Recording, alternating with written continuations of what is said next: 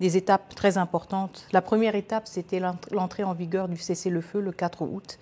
Une deuxième étape très importante, c'était la mise en place justement du mécanisme de vérification ad hoc renforcé, un mécanisme constitué d'experts angolais, congolais et rwandais qui ont pour responsabilité de faire le suivi et l'évaluation du respect du cessez-le-feu qui est entré en vigueur le 5 novembre. Et la troisième étape importante, le 25 novembre, était en effet l'adoption du concept des opérations. Donc trois étapes très importantes et qui justement sont des jalons qui vont contribuer, qui sont supposés contribuer à une réponse, si vous voulez, aux griefs des deux parties.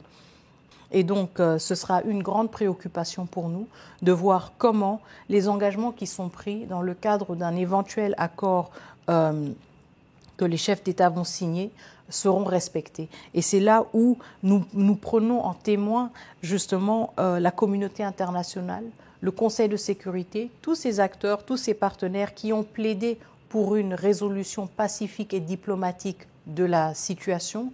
Et donc, nous les responsabilisons aussi. Et c'est pour cela que le lundi, quand j'étais au Conseil de sécurité, j'ai attiré l'attention des membres du Conseil de sécurité sur le fait que le mécanisme de vérification était bel et bien en place, opérationnel depuis le 5 novembre, avec les éléments congolais, les éléments angolais, excusez-moi, mais justement que le Rwanda n'avait pas envoyé ses experts et que cela fait 35 jours.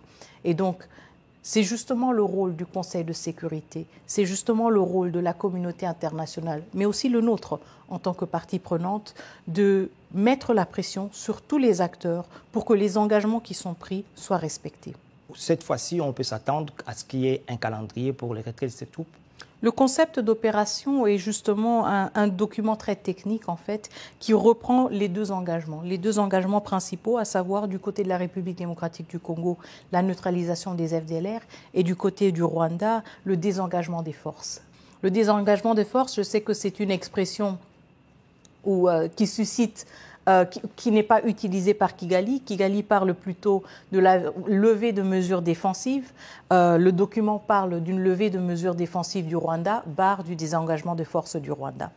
Pour nous, la réalité est claire et ce n'est pas juste la réalité présentée par la République démocratique du Congo, c'est la réalité documentée par les experts des Nations Unies qui attestent la présence d'au moins 4000 militaires rwandais sur le sol congolais. Et donc, quand nous parlons de désengagement de forces, ce que le Rwanda appelle la levée de mesures défensives, en réalité, il s'agit en effet du désengagement de leurs forces de notre territoire.